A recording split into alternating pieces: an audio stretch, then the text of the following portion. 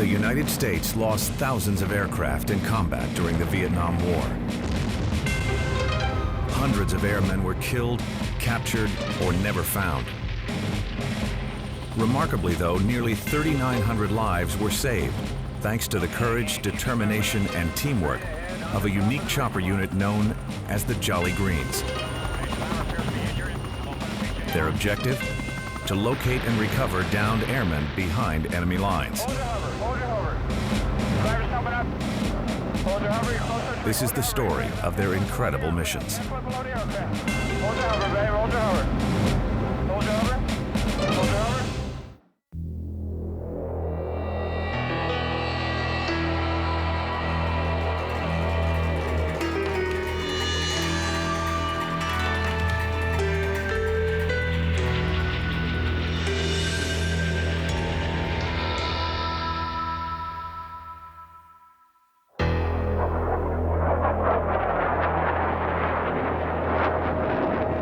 Few things could be more terrifying for a strike pilot than being shot down over enemy territory, especially over the jungles of North Vietnam in the late 1960s.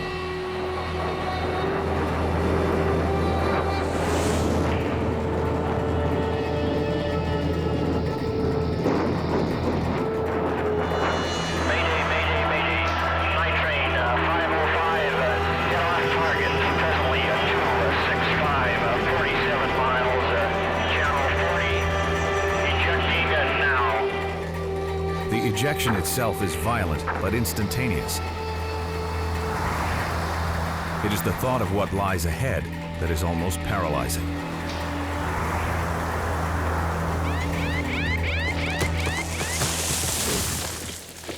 Nothing ever prepares you for something like this. You're down on the ground and you know the bad guys are out there and you're helpless. You do whatever you can to try and survive, but until somebody comes to help you, then you just try and keep calm and don't panic. Fortunately for hundreds of downed airmen, a highly specialized search and rescue force was developed in Vietnam that was dedicated to one thing: bringing the survivor back alive. Their motto: that others may live. Their aircraft: the Jolly Greens. Time was a crucial element. These people were shot down usually in a very heavily defended area. There were a lot of people on the ground, generally speaking. And so every moment that went by, people were closing in on the survivor on the ground, which complicated the difficulty of the rescue. Jolly Green 6-0 taking ground power to 6-1 position. Sandy, come in, get him, come in, get him. Position from the ridge line. Roger, taking ground power to 7-5 position from the ridge.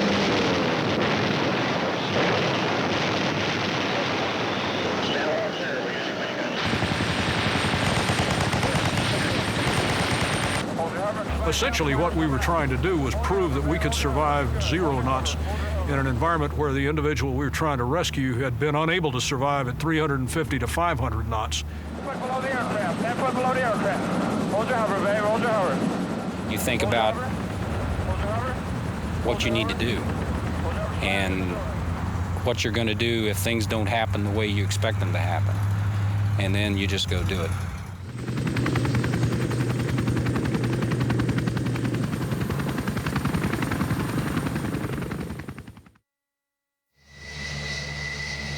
In May of 1964, the United States resumed flying covert reconnaissance missions over Laos to monitor communist troop movements throughout the region.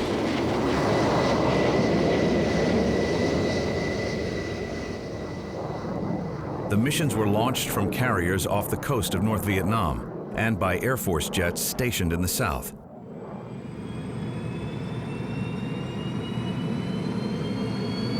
Following the Gulf of Tonkin incident, the scope of U.S. air operations throughout Southeast Asia began to steadily expand. Initially, limited retaliatory strikes were launched against strategic facilities in the north. When these strikes failed to halt further communist aggression in South Vietnam, the air assault intensified.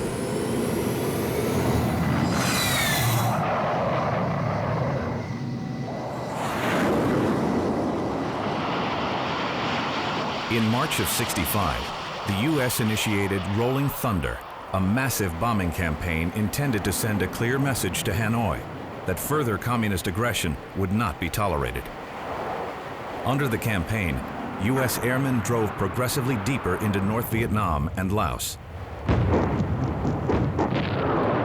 As the number of missions increased, concern mounted over the fate of Americans downed in hostile territory. Downings are an inevitable part of any large-scale air combat operation, but with enemy defenses improving and no effective means for recovering airmen, the price was becoming too great.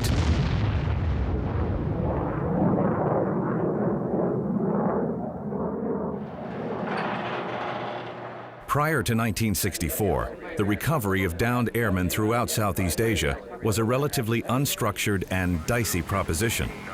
A 5-man team of rescue coordinators stationed near Saigon marshaled any available forces near an airman's location to attempt recovery. Dozens of pilots were saved, but if a rescue party wasn't available, or if the pilot was located in an extremely remote or hostile area, recovery was often impossible.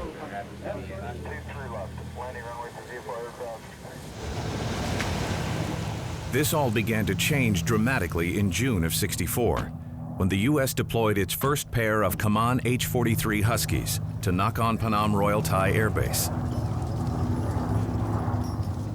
Strategically located on the southern border of Laos, the mission of Husky crews was to extract airmen downed in Laos before they could be captured or killed, thus averting international controversy over the covert nature of their missions.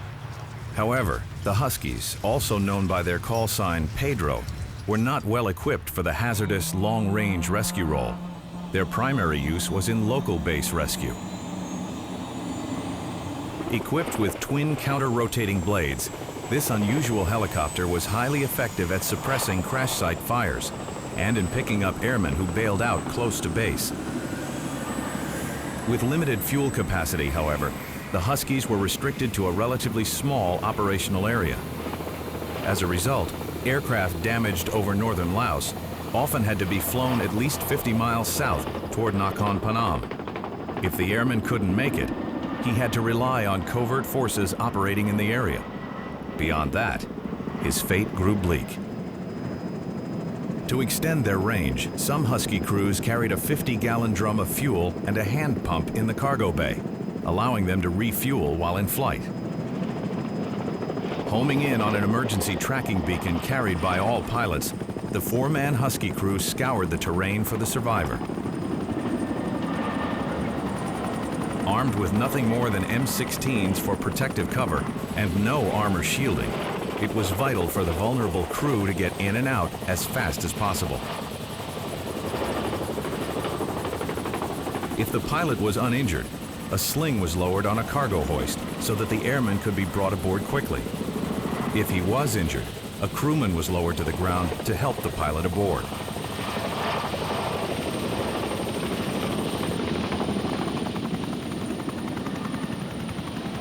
By late 1964, the U.S. was publicly committed to the war effort. 13 Husky units were operating from 6 bases in Vietnam and Thailand.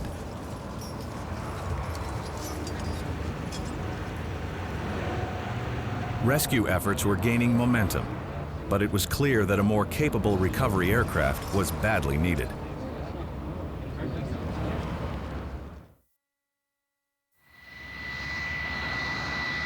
Between 1965 and '67, the U.S. air war in Southeast Asia escalated rapidly on multiple fronts.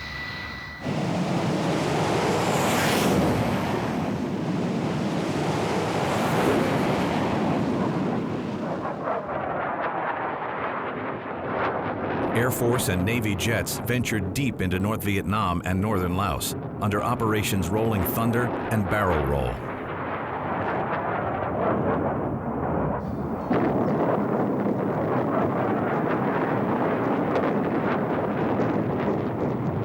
In southern Laos, a wide variety of aircraft were involved in a massive interdiction campaign to sever the Ho Chi Minh Trail, the North Vietnamese supply line that fueled the communist campaign in South Vietnam. At the same time, North Vietnamese anti-aircraft defenses were becoming increasingly potent. U.S. pilots no longer had the luxury of owning the skies above 17,000 feet. We're getting flashes out the target one. Watch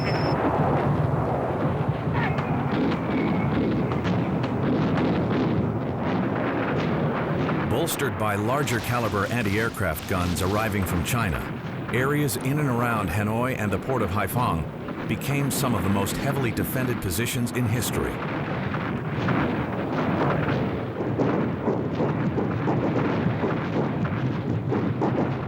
In time, poorly trained North Vietnamese defense forces developed sophisticated anti-aircraft tracking and firing techniques. The results were deadly.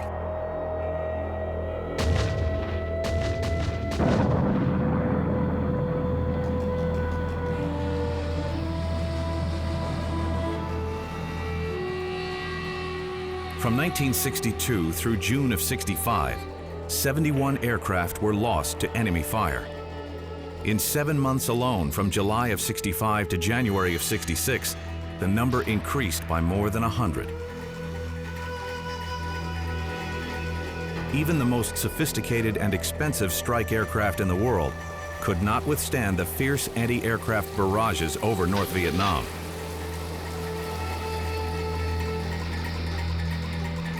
The fate of U.S. pilots downed over North Vietnam was especially grim. If they weren't killed on ejection or by a rogue gunner as they parachuted to the ground, they were likely to face years of confinement, mental abuse, and torture.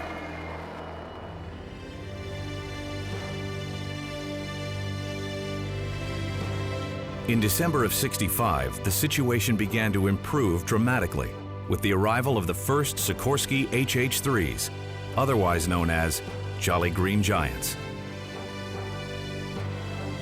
Equipped with a powerful winch, 1,000 pounds of titanium armor, a large internal fuel tank, and 2 external drop tanks, these modified transport helicopters were ideally suited for the hazardous long-range rescue role.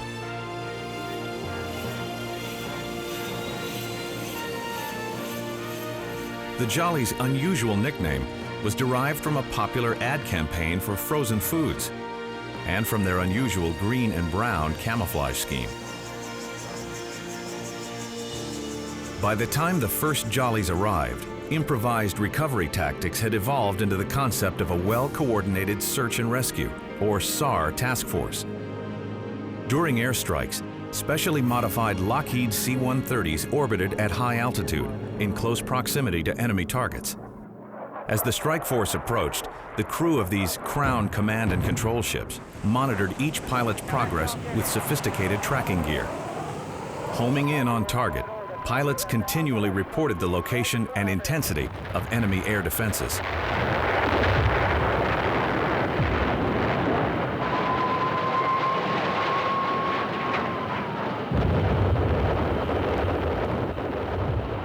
Coming off a target at low altitude was the most dangerous point of a strike mission.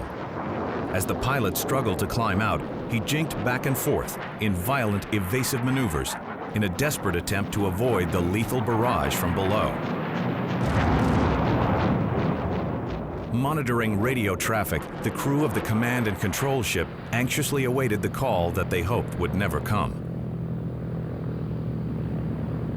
When a pilot was going down, it was often his wingman who notified the world. Receiving the call for help, Crown Control immediately alerted the Jolly Greens.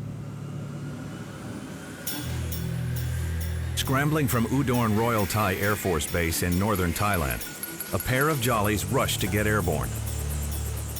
At the same time, 4 Douglas A-1 Sky Raiders, known in the SAR task force as Sandys, also scrambled from Udorn. The Sandys were responsible for escorting the vulnerable Jollies to the survivor and for suppressing enemy fire once on scene.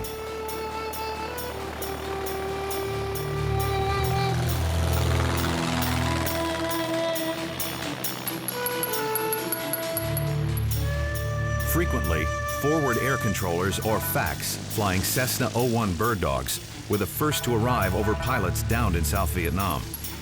FACS routinely patrolled for enemy activity and directed follow-on airstrikes.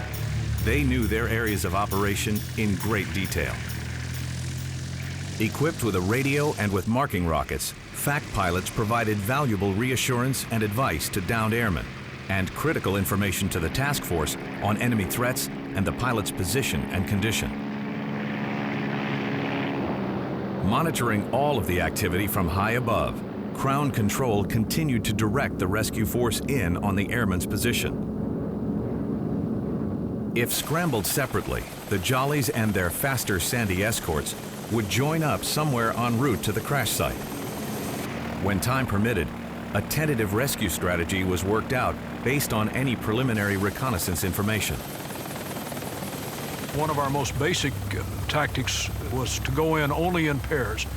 A low helicopter, a primary recovery helicopter, and a high burn, as we called it. And we learned that the hard way by losing a Jolly Green in November, on the 9th of November, '65, sent in alone. On that mission, we lost at least 2 and I believe 3 Sandys and 1 Jolly Green crew. That was a tough one. As the rescue force approached, Crown Control briefed them one last time on conditions in the area.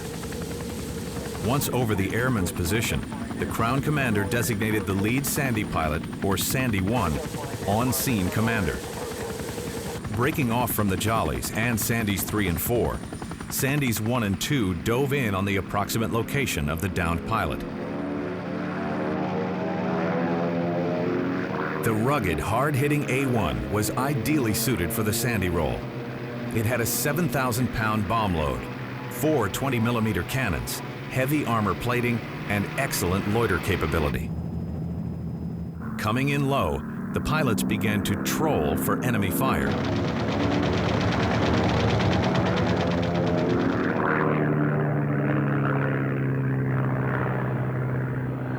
As we were operating at low altitude, looking for the person on the ground and trying to determine where he was specifically, pinpointing him, hopefully finding the parachute and being able to visually see exactly where he was. We also, of course, were exposing ourselves in this process and trying to determine what the ground fire looked like. If there was tracer fire, or if there was flak that was breaking, it was easy to tell. If it was small arms fire, it could be very intense. But if it wasn't, if there weren't tracers in the air, of course we couldn't see it unless we could see muzzle flashes, which were very hard to see. The survivor on the ground oftentimes helped in that because he could hear and he could direct from the direction from where he was, where the ground fire was coming from. In repeated passes, the low Sandys fired on potential enemy positions until they were confident that the vulnerable Jolly crew could survive in the area. Ultimately, the Sandy on-scene commander would have to make the difficult decision to call off the rescue if the threat remained too great. The Sandy low lead would have control up to the point of commitment for the pickup. It was a joint decision between the Sandy leader and the Jolly Green low aircraft commander as to whether or not the rescue was feasible. We would defer to the Sandys because they were in on top of the survivor. Typically, we'd be standing back a ways. The Sandy low lead would make the decision to commit. He'd run that by the Jolly Green aircraft commander. At that point, when the Jolly Green decided to commit, then he, in effect, was running the show with the Sandys in close support. While the second Jolly crew orbited nearby, in case the first crew was shot down, the low bird rapidly descended over the downed airmen. Critical to many rescue attempts were para-rescue men, also known as parajumpers or PJs. If an airman was hurt or not responding, the PJ would leave the relative security of the Jolly Green and take to the ground on a steel forest penetrator. The PJ was essentially a one-man army, prepared to do anything to get the airmen out alive.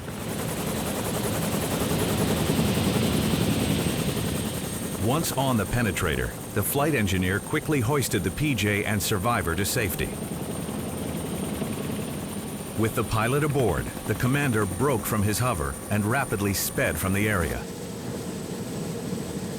When the aircraft was relatively free from enemy threats, the PJ tended to the airmen, treating any life-threatening injuries immediately. The PJ's mission was filled with uncertainty. Each time the crew approached a downed airman, the PJ had to mentally prepare for the worst. The life of the pilot, and indeed the entire Jolly crew, often depended on him alone. The first time I was put on the ground, I was in the high bird. The low bird man had gone in already, and a radio call came from him, "Please send me down." So we lined up, they put me down, and I couldn't figure out what was going on. And I got down there and I said, "What's wrong?" And he says, "I am scared." And I said, "That makes two of us. Now what the hell are we going to do about that?" And we went on and done what we were supposed to do. Throughout the war, PJs won more decorations for their heroic actions than any other group of men in the Air Force. On more than one occasion, it was the downed airmen who made it out safely, while it was the PJ who had to be left behind. Returning to Udorn, injured airmen received prompt medical treatment. For many elated survivors, it was almost impossible to express the amount of gratitude and respect felt for the brave crews of the Sandys and Jolly Greens.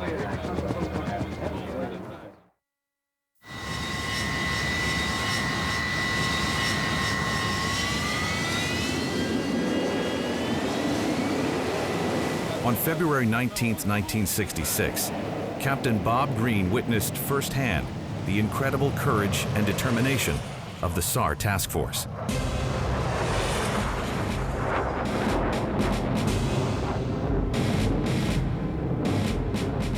Returning from a strike mission deep in North Vietnam, Captain Green broke off from his flight of F-105s to search for targets of opportunity along South Vietnam's border with Laos.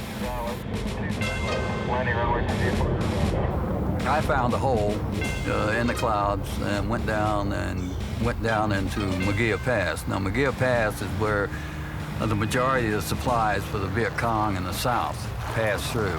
I went there every day. After the mission, if I could possibly get there, I'd go down in Magia Pass. And this day, I went down, and there was something there that I hadn't seen the day before. So I started to circle around, and I got too low on my airspeed, and I was about 500 feet in the air and underneath the clouds. And the thing that I saw was anti-aircraft emplacement. And he saw me too, and saw nothing but a wall of tracers coming up at me. And he hit me from my radome right back to my afterburner. So I ejected there in Magia Pass. The burner was going, I was increasing the airspeed, and when I ejected, of course, my chute popped right away and blew out a couple of panels, which was pretty neat because then I could use the blown panels to steer my chute. And so I steered it away from the road and back up against the hill. Landing right next to a large North Vietnamese convoy in one of the most heavily defended exit points for the notorious Ho Chi Minh Trail, Captain Green almost certainly faced capture or death. Though his wingmen could not exactly see where he landed or communicate with him, he immediately alerted Crown Control that Captain Green was alive and down in the pass.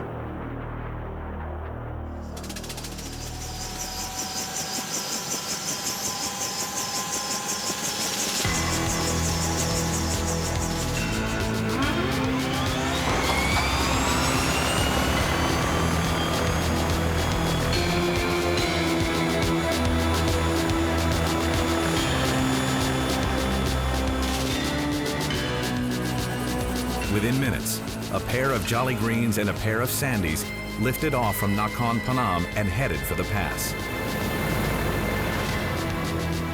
To the west, a second pair of Sandys took off and raced to join up with the rescue force.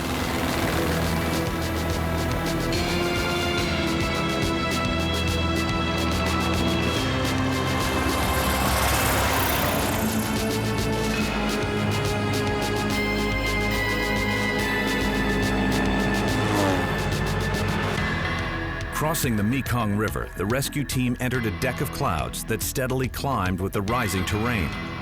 By the time they reached the pass, the crews were just above the clouds at more than 12,000 feet. The lead Sandy pilot, Lieutenant Colonel Elmer Nelson knew the area well. Just 4 days earlier, his flight commander was killed inside the pass. I knew the tops of the ridge lines were around 3,500 feet in that area.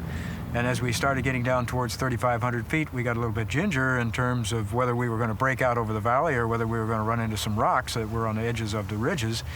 And fortunately, we had a little crack in the clouds, and I saw we were over a valley, and I basically just told the wingman to hang on, and we rolled up and rolled it over into more than 90 degrees of bank and sliced down through and broke out underneath immediately in the area that Bob happened to be. I happened to be in an orbit that just swinging back to the east as they broke out of the clouds, and 3 and 4 broke out right on the other side of the helicopter. It couldn't have worked out better. We didn't delay. We simply pressed and went straight to Bob's position, and we began to suppress the ground fire that was coming up in the immediate area.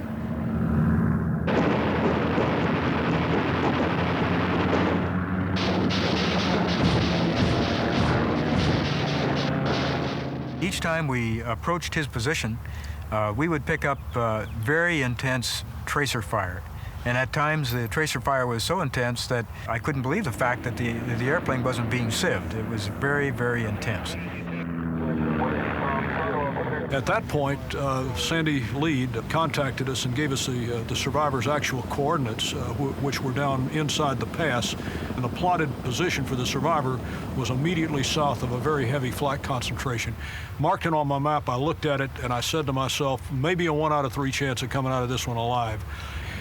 We started then down over the pass. Barry did an extremely tight turn, a tactical approach, one of the first.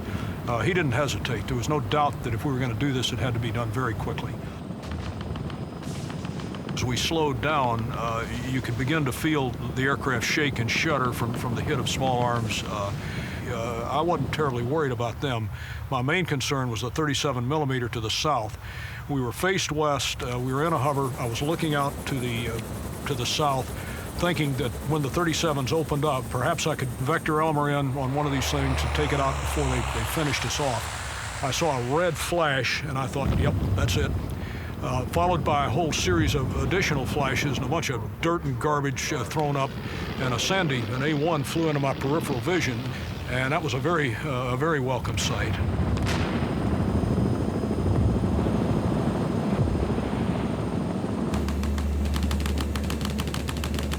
I could hear all the ground fire going off, but 37 millimeter small arm fire. I didn't know whether they were going to come in and get me or not because of the amount of ground fire. But the chopper showed up and they dropped what it's called a tree penetrator, which I'd never seen before. And as it was coming down through the trees, the downwash from the helicopter opened these things up.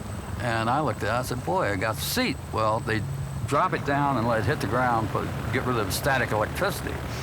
And I went over to get on it, and the leaves had collapsed and gone back up spring-loaded. And there's a strap that you're supposed to put around you and strap on. Well, they were taking hits, and they wanted to get out of there, and I wanted to get out of there too. And so I just stuck my arm through the strap, and tried to get the leaf down, and they were going up at this point. And I said, go, let's go, and I just wrapped around this and held on for dear life. And I remember going up, I said, if I get hit, it's a long drop down there because they were headed up through the clouds. But then decided I had such a death grip on the thing that even if they hit me, I wouldn't fall off.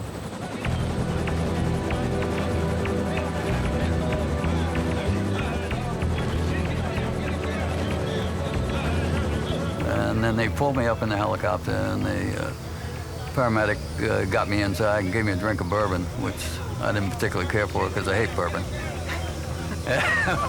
But I thought I was extremely fortunate to get out of there. I went back, and the next morning I got new helmet and new equipment, and I flew the next afternoon, as a matter of fact. Went right back to McGeer Pass. It's just one of those things. You get thrown off a horse, you get back on it just as quick as you can. Timing and teamwork were critical factors in recovery efforts. By late 1966, an airman downed in Southeast Asia could count on at least a 1 in 3 chance of rescue. The most limiting factor in all rescues was the slow speed of the Jollies. Half of all unsuccessful missions resulted from crews not being able to make it to the airmen in time. To compensate for their lack of range, Jolly crews began staging from remote forward bases in Laos and South Vietnam, known as Lima sites. Throughout the day, the crews would remain on alert until the last bombing runs had ended. If a pilot went down, the crew could respond from the Lima site within minutes. During larger bombing raids, Jolly crews even began orbiting high above the North Vietnamese-Laotian border, returning to their Lima site every couple of hours to refuel. By early 1967, 10 Jolly Greens operated throughout Southeast Asia under a well-structured aerospace rescue and recovery service. While classic recovery tactics remained essentially the same throughout the duration of the war, things did not always go as planned. The rescue force always had to anticipate the worst as they set out on a mission.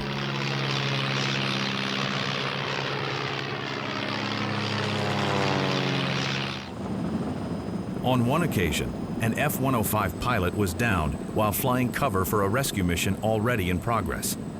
Arriving on scene, the Jolly crews learned that they now had 2 airmen down. Scanning the terrain below, the crew located a parachute in the trees and soon spotted the first survivor nearby. Within minutes, the wounded airman was being hoisted to safety. Orbiting nearby, the crew of the High Bird anxiously awaited the outcome of the first rescue attempt. Monitoring the progress of the pickup by radio, the crew prepared to go in for the second downed airman as soon as the Low Bird had the first man aboard and was out of danger. As the pilot was pulled into the low Jolly, the High Bird broke from its orbit and headed toward the other survivor. The second airman had not been able to contact anyone since he went down. His survival radio could have been broken. He could have been unconscious, or even worse, enemy forces could have captured him and might have been using him to lure the vulnerable Jolly into a deadly flak trap. If it was a trap, the entire crew could perish. If it wasn't, a desperate pilot may be left behind. Lieutenant Colonel John Gilmartin, the aircraft commander, decided to attempt a pickup. We were coming into the area, we heard the radio traffic, we found a chute harness. The Sandys led us to the chute, hanging in the tree, an empty harness. At that point, our only cover helicopter was headed south with a wounded survivor on board. We had no backup. We had about 20 minutes worth of fuel. I put my PJ on the ground. The jungle was so thick. We knew that the survivor was nearby. If he could have helped himself in any way, pop a smoke flare, talk to us on the radio, we'd have got him. That was a very painful situation. We did all we could. We went back home. We debriefed that night. Came back up the next morning. The Sandys preceded us, and there was no sign of life. And particularly sad because he had been instrumental in rescuing the first individual.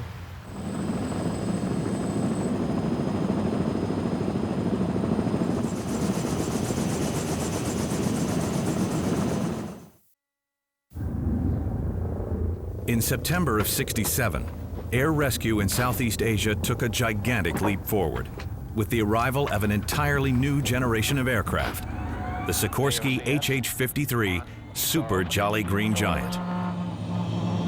Open. Number 2 engine. Starting 2. Modified from a heavy lift helicopter designed for the U.S. Marines, the massive Super Jollies were clearly superior to the earlier H-3 or any other similar aircraft in the world.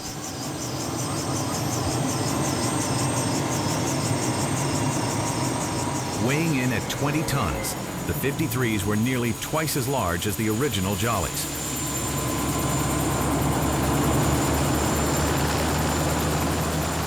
Powered by 2 turboshaft engines that generated more than 3,000 horsepower, the Super Jollies had the tremendous lift that the H-3s lacked for rescues in mountainous regions where the air was thin.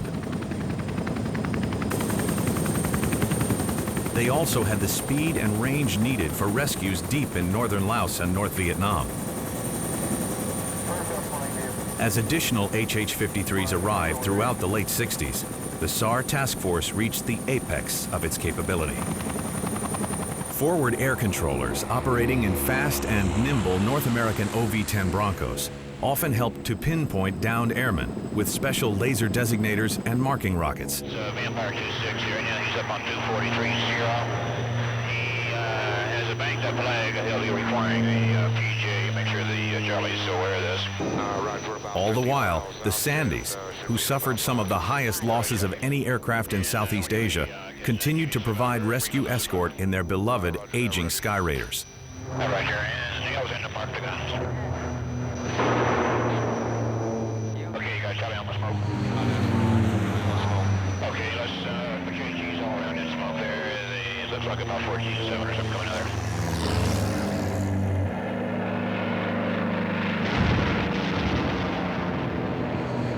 Despite the addition of sophisticated super jollies to the mix of rescue aircraft, overall tactics for aircrew recoveries remained relatively unchanged from the early days of the war.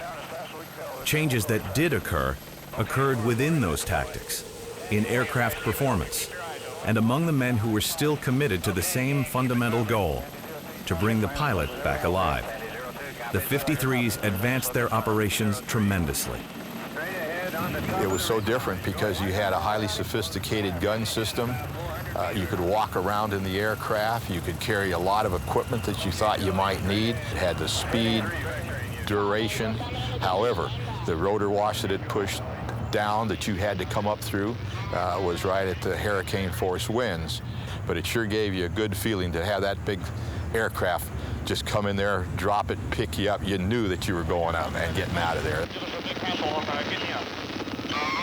The 53's powerful lift allowed more titanium armor to be placed around critical engine components.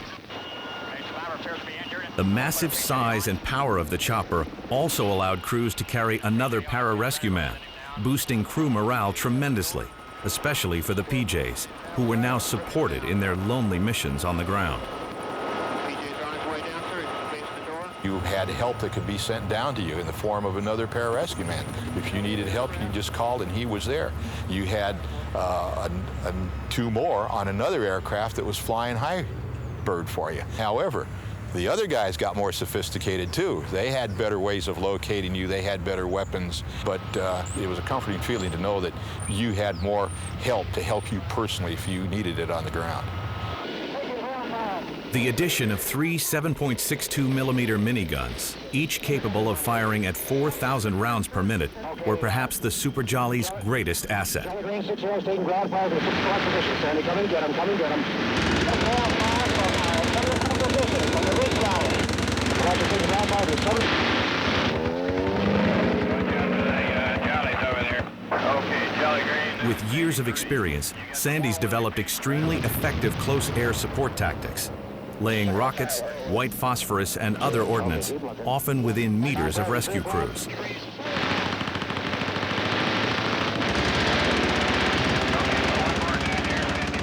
Even with additional firepower, protective armor, and crew, time spent in a hover, especially once a man was hanging from the hoist line, was filled with tension. If enemy troops had not brought the chopper down already, now was the time to do it. Hold your hover. Hold your hover. Taking out the slack. Hold your hover. Hold your hover. Hold your hover. Slack's out. Survivor's coming up. Hold your hover, baby. Hold your hover. Looking good. Hold your hover. Hold your hover. Survivor's coming up. It's about 10 foot up and down. Hold your hover. Hold your hover. Hold your hover. Survivor's coming up. Hold your hover. You're close to the tree. Hold your hover. You're right about 10 foot below the aircraft. 10 foot below the aircraft. Hold your hover, baby. Hold your hover. Hold your hover. Hold your hover. Hold your hover. Hold your hover. Survivor's at the door. Survivor's coming in the door. Survivor, finish secure. Let's get the hell out of here. Okay, talk to me. We're coming out. Go on, coming out. Sandy, coming out. Okay, ready hand. Down that valley. Get low. Get low. Get low and follow that valley. At higher altitudes and in the warm, moist jungle climate, it was vital for the aircraft commander to gain enough forward speed for the massive chopper to rapidly climb to safety.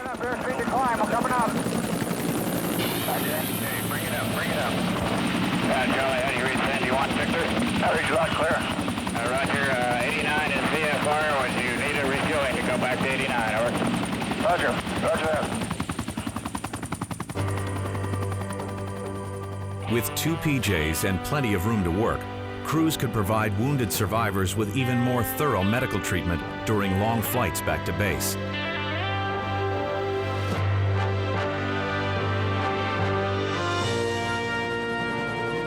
The Super Jolly became the finest search and rescue helicopter in the world and eventually became the core of the U.S. Rescue Force. Working together, the crews of both Jolly Greens contributed immensely to making successful aircrew rescue the norm rather than the exception for airmen downed in Southeast Asia.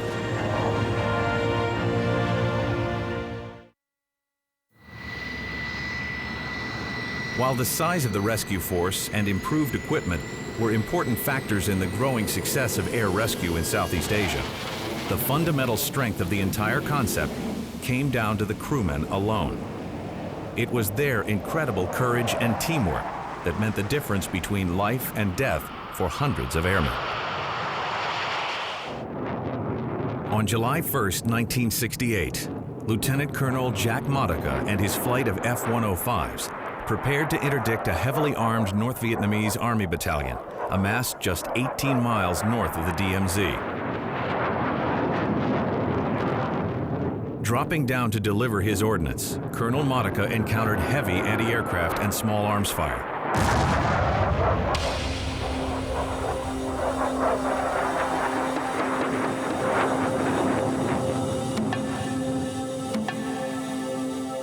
As he struggled to get back to altitude and away from the intense barrage, his aircraft immediately began to fail.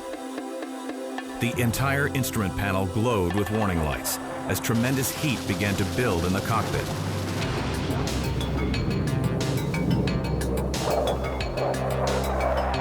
Within seconds, he was forced to eject.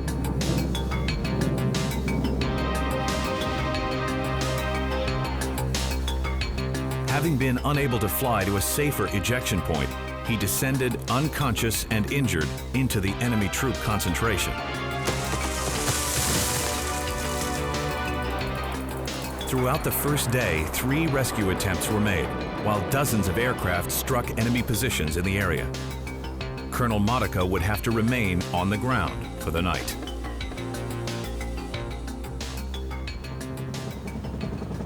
The following morning, a pair of HH-3s attempted a first light rescue, but it too was aborted almost from the start, with news that the enemy threat was still too high. The crews headed to a forward operating base where they remained on alert, waiting for another opportunity. By midday, with Colonel Modica's chances for survival rapidly diminishing, the Jolly Greens elected to go in for the rescue. On board the Low Bird, para-rescue man Joel Talley prepared himself for his very first mission since arriving in Vietnam. The aircraft commander had briefed that we would make an initial pass over the area to attempt to draw any ground fire. Once we located the pilot, we would come back over the area and hover, and only at a last resort would I be put out of the aircraft to help the pilot on board. I spotted smoke out the left of the aircraft and called that to the aircraft commander, and all bets were off at that point. It was just time to go. I got on the penetrator because the pilot had said he couldn't move, so he would need assistance getting into the helicopter. I got onto the penetrator and they lowered me to the jungle floor, which probably was about 150 feet below the helicopter at that time. On the ride down, I was spinning around quite a lot and got disoriented, and the flight engineer who was running the hoist at that time pointed in a direction where we had spotted the smoke and where we expected the down pilot to be. I started off in that direction and actually conducted a ground search, and after about 18 minutes on the ground, located the pilot, and he was in fact disabled, laid out on the ground, couldn't move. I had to carry the pilot about 50 yards to an opening where we could get the force penetrator down to us and get on it and get back to the helicopter. When we initially got on the penetrator, that's when we initially started running into trouble.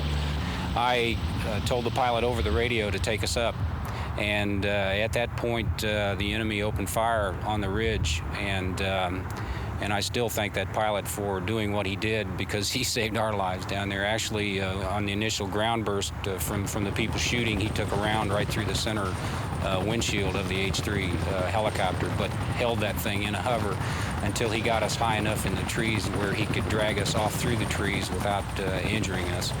So there we were, about 50 feet below the helicopter, being dragged through the trees and climbing out to get out of small arms range. The sensation was that the ground fire started with just a pop, pop, and then it was like popcorn all over the place.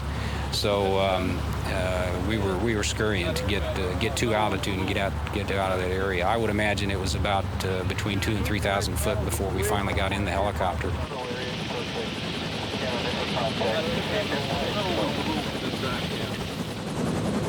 At that time, I just reverted back to my initial training. It was time to clean up the helicopter, get the limbs out, and get it ready for flight back. And it was at that time that the flight engineer tapped me on the shoulder and pointed to the back of the helicopter.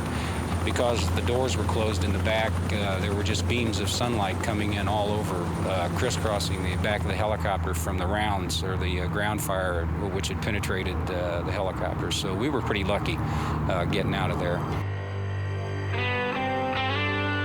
In addition to the small arms fire they had taken, the crew later discovered that a rocket round had punctured one of the Jolly's main fuel tanks, but fortunately had not exploded.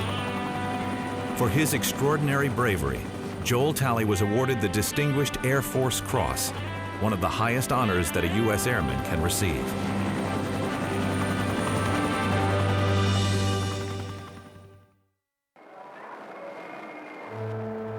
On February 12, 1973, the first of nearly 600 American prisoners of war were turned over to U.S. officials at an airport near Hanoi. A daring attempt to free many of the POWs was conducted 2 years earlier in a midnight raid on the Son Tay prison camp just outside of Hanoi. 1 Jolly Green and 5 Super Jollies swarmed into the compound in a virtually flawless rescue attempt. And while the prisoners had been relocated and none were recovered, the mission succeeded in many less tangible but significant ways. There was no doubt that it was a success in regard to the prisoners themselves.